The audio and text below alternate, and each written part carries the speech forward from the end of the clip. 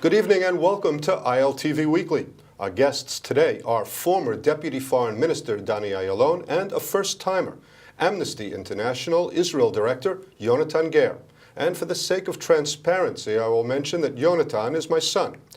Today we will deal with the subjects of the warfare raging in Iraq and Syria and the accompanying massive civilian toll. We'll also take a look at the situation here in Israel for our migrant population. We open in Mosul, Iraq, where even as we sit here, the Iraqi army and a coalition that includes Kurdish forces and the U.S. Air Force is attempting to liberate the city, which has been under the control of ISIS for more than 2 years. An estimated 34,000 coalition forces are taking part, and they're fighting as many as 8,000 Islamic State fighters. There could be 1 million civilians in the city that could be displaced. Dani, how significant a setback will this be for ISIS if they lose the city of Mosul? Well, I think it could be a foregone conclusion that they will lose the city. After all, we have massive forces, almost a formidable coalition against them. The question is, of course, the civilian toll, the civilian life toll, and the aftermath.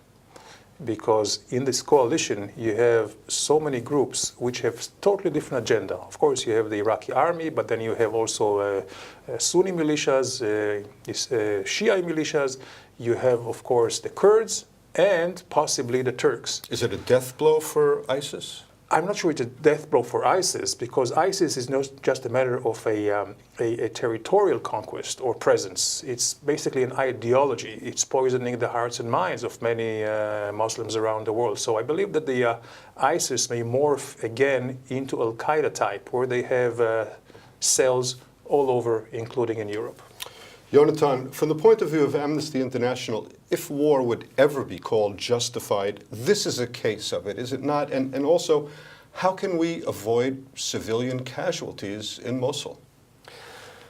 Well, war is something that happens. Yeah, under international humanitarian law, war takes place. That in itself is not a violation of international law or human rights law. Parties are obligated to follow human rights standards. We don't have any news from Mosul with regard to what's going on now. You don't doubt that they're going to be using civilians. The ISIS will use civilians as a human shield.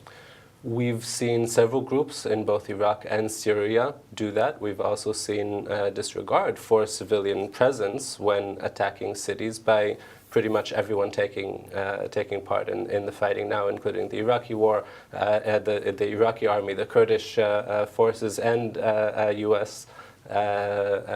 military, all of which have been documented in the past, both in Iraq as well as in Syria, either indiscriminately harming civilians or, in some cases, attacking directly. We will be very concerned in watching Mosul closely to see how that plays out. Dani, just a couple of years ago, when ISIS was gaining more and more territory on the ground, the Iraqi army seemed to be in disarray and was fleeing, in effect. And then the Obama policy, in effect, was to try to rebuild the Iraqi army. And they always believed that it would have to be Iraqi army forces that would do the liberating, now together with Kurdish forces as well. Can we say that the policy of the Obama administration has succeeded or is succeeding? Well, it may be too little, too slow, too late, but eventually I believe it will succeed and the coalition forces will prevail. The question again is how much in human lives the toll is so exorbitant. I believe what has been happening or what is taking place now could have taken place maybe months ago, a few months ago, and not waiting too much. As we mentioned, we have a formidable ground force, and they are backed by, logistically, by U.S., of course, with the air cover. It could have taken place probably earlier than it is now. And at the end of the day, I think it's very important, the symbolism here, and this is why maybe the American administration waited to make sure that the Iraqis are perfectly ready for it. They wanted the Iraqis to take over the city in a way just like, World War II, when again the Americans led the French with de Gaulle going into Paris, taking it away from the Nazis. Yonatan, they're already building refugee camps. There could be 500,000, maybe even more, civilians still in the city of Mosul. They've just survived, basically, 2 years of a reign of terror, of being under ISIS authority. Is there going to be an international effort to save those civilians and to rebuild their lives? And we should probably differentiate between during fighting and post-fighting. There's no doubt that there is a humanitarian crisis that has been taking place for the last years and will surely increase as a result of the fighting and will need to be dealt with after the fighting is over. And yes, absolutely, we would hope to see the international community move in and allow humanitarian aid to reach civilians that have been isolated from the world for as long as they have been, and offer them options to rebuild their lives.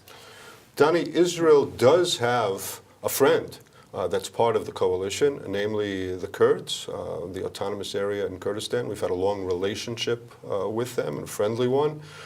Is Israel providing, to your knowledge, any military assistance to the Kurdish forces? No, not to my knowledge, and certainly there is not direct and I'm not sure even indirect assistance. I'm not sure that they need our military assistance. They do have the Americans, and right now also the Turks are helping them, as they have a common enemy, although very soon I'm sure they will part ways. But Israel has taken upon itself a very strict policy, and a wise one, not to be involved in any way or shape, not in Syria, certainly not in Iraq. All right, we're moving on now to Syria. Israeli Chief Rabbi Yitzhak Yosef said last week that Jews must not be silent in the face of genocide across the border. They are not our friends, said the rabbi, but they are human beings. He then declared that Syria is suffering a small Holocaust. The civil war has been raging since 2011. Hundreds of thousands are dead. Millions of refugees are homeless, with many exiled to other countries. Israel has generally stayed out of the conflict, except when mortars stray over the border or the wounded reach our frontier. Here is a brief look at how the IDF has treated over 2,300 Syrian civilians since the beginning of the civil war. We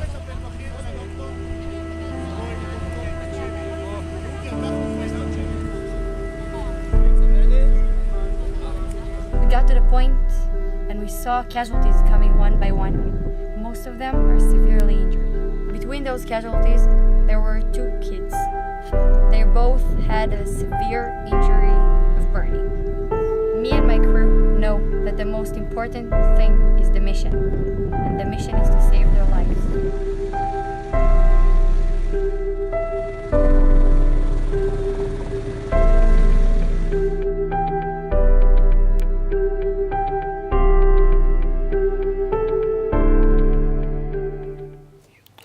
Yonatan, from the point of view of Amnesty, is what's taking place on the level of a small Holocaust? Well, there's no definition in international law for what does and what does not constitute a Holocaust, but definitely we see patterns that are similar to what we refer to as the Holocaust. This is probably a good moment to remember that 70 years ago, the Holocaust, World War II, led to the creation of human rights to begin with.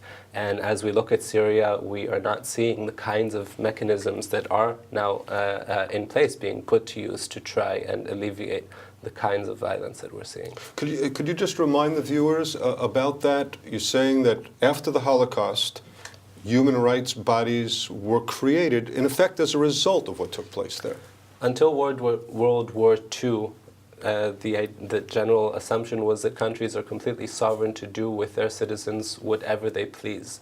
One of the lessons learned by the world nations is that after the World War II is that needs to come to an end. Countries came together, created the UN Declaration for Human Rights led by Eleanor Roosevelt, and then continued to create mechanisms, international law treaties, to start a new notion that countries will get in each other's business, so to speak, and assure that rights are guaranteed to anyone, anywhere in the world. And that's what we're not seeing today in Syria. Donnie, the Russian bombing in Aleppo is in effect being done in order to save the Assad regime, or at least that's their perspective. Now, we have, unfortunately, quite a bit of experience in warfare here in Israel. We had the Gaza war not too long ago. How would you compare what Russia is doing in Aleppo to what Israel did in Gaza?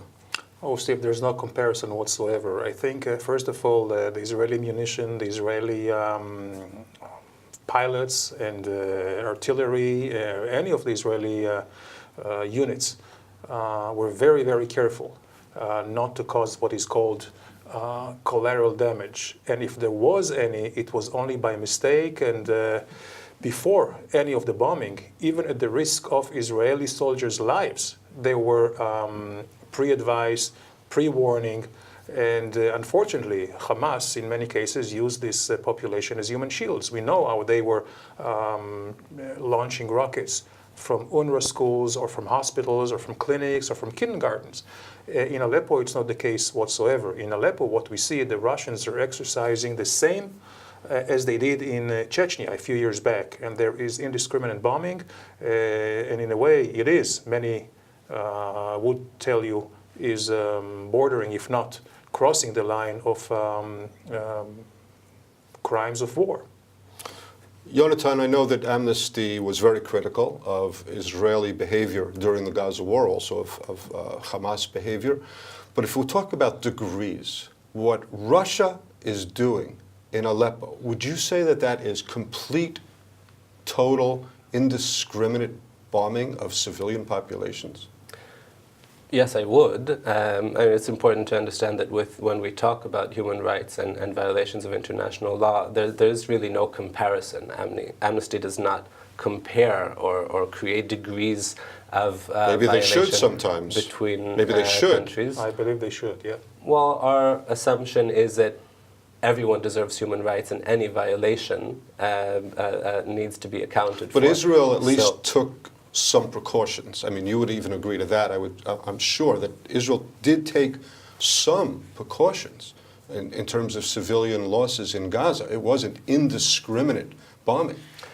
As I said, we're not comparing between the two. In the case of Gaza, we did see several cases of callous disregard for human life, for civilian life. Mistakes, not a policy. Not necessarily targeted at civilians, but as I say, disregard for the presence of civilians in certain populations. We've seen such a pattern throughout the last 3 waves of conflict. That it's a very different story that we're looking at in Aleppo and in several other cities throughout Syria, where we see a pattern of targeting civilians for the purpose of emptying the city. So it's not just indiscriminate attacks, it is attacks with a purpose to empty a city out, because only once it's empty can it be conquered. So we see that strategy being put forward by both the Assad administration as well as additional forces fighting in Syria. Well, Donnie, as we know, the United States has also been carrying out some bombings and has had some mistakes and has killed civilians. But going back to what Yonatan had said before, the world had tried to set up an apparatus for protecting civilians after World War II, after the Holocaust. They have to do more, don't they? Absolutely, and I'm not sure that the international law regarding human rights, and especially human rights in zones of war, is updated and is really relevant to the new type of warfare, whether you call it low intensity or terrorism. When these laws were taking place in 1945, following World War II, the war which was known was only between regular armies, between countries and governments, not with rogue organizations like Hamas or like Hezbollah or like ISIS, who embed themselves in a heavily populated civilian area. So certainly we must update these laws. All right, we're going to be moving on closer to home. And as we know, a war in our region has been causing a great number of refugees. Here in Israel, some 45,000 refugees and asylum seekers live in our midst. As of last year, 92% of them from Eritrea or Sudan were forced to leave their homes and illegally take asylum in Israel due to persecution, civil war, genocide, and other horrors. Once here, the refugees face a harsh reality without a regulated status, without work permits, and without access to health and welfare services, legal aid, or housing. About 2,000 asylum seekers, mostly from Darfur, have been imprisoned for long periods in the Cholot detention center under the anti-infiltration law. I want to ask you first, Yonatan, there is bound to be many, many more refugees, both from Aleppo, from Syria, and from the Mosul area in Iraq. Do you expect any of that situation to directly impact our country? Well, there's been plenty of opportunity for people to be seeking asylum from Syria and Israel already. I don't think that Aleppo necessarily is a game changer in that regard. We have not seen masses requesting asylum to cross. Some have asked for asylum to Israel? We don't have precise information on that. We do know that in several cases the Red Cross is helping people get through to Israel, working with Israel to give medical treatment to people care, right, who will then either continue to Jordan or sometimes back to Syria. Asylum is not part of that conversation. Israel has an obligation under the refugee treaty to grant asylum, or at least give people the opportunity to request asylum if they reach our fence, our border. We don't have information that that is in fact happening. It seems that people will sooner reach either Lebanon or Jordan for now. If that changes, obviously that will be a conversation that we here in Israel will seriously need to have. Well, Donnie, Lebanon and Jordan and Turkey have been inundated with migrants. And we're talking about millions. In Israel, the numbers of migrants, for different reasons, from a different part of the world, are in the tens of thousands, not in the hundreds of thousands of millions. And yet, a lot of the residents in Tel Aviv complain that the presence of the migrants is changing their lifestyle, it's changing the character of Israel. Is that a valid concern? Well, it is a concern, you know, if you take into consideration that Israel is a fairly small country, tiny in terms of territory, population-wise as well, and when you compare it to the vast territory and to this very huge nation, Arab nations around us, there is a major asymmetry, especially as most of these refugees, certainly from Syria, are Muslims, are Arabs, so there shouldn't be any I would say, wonder that they would seek refuge in places that are similar to what they're used to, whether it's in Lebanon or in Jordan or even in Turkey, which is a But we're also Muslim a country of refugees. Many of us are refugees from Europe, and others were refugees from Arab countries. Let's say we're not talking about Muslims right now, because that complicates the issue. There will also be Christians and other minority groups that could be seeking refuge. Would Israel have a responsibility, and would it be wise for Israel to try to absorb some of them?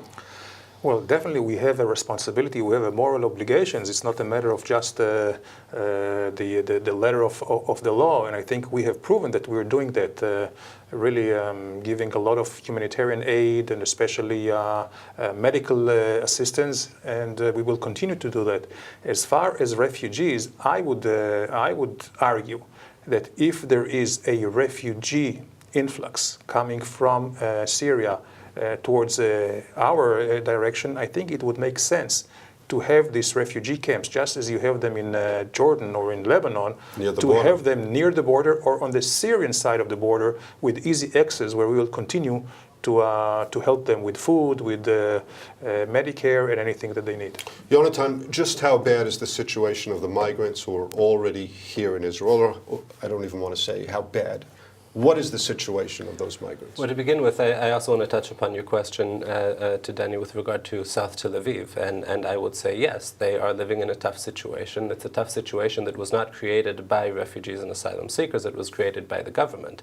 For many years in which Eritrean and Sudanese asylum seekers came in through our border with Egypt, they were given a one-way bus ticket to the Tel Aviv central bus station. So the fact that that is where the concentration of the community is not their own creation. It is a creation of the government that then proceeded to not take any serious steps to answer the requirements that What would you it have the has government under, do? What would you think that they should Well, be the doing? refugee treaty really spells it out. What they should not do is continue calling them infiltrators and call them what they are, which is asylum seekers. We've seen lines going around the block now to the Interior Ministry now that the Supreme Court has forced them to even allow people to submit asylum requests, but these are not being read. We're trying to push them off through bureaucracy? Absolutely, through bureaucracy. They can't get in the building. There's only one office in the country that accepts 100 people a day.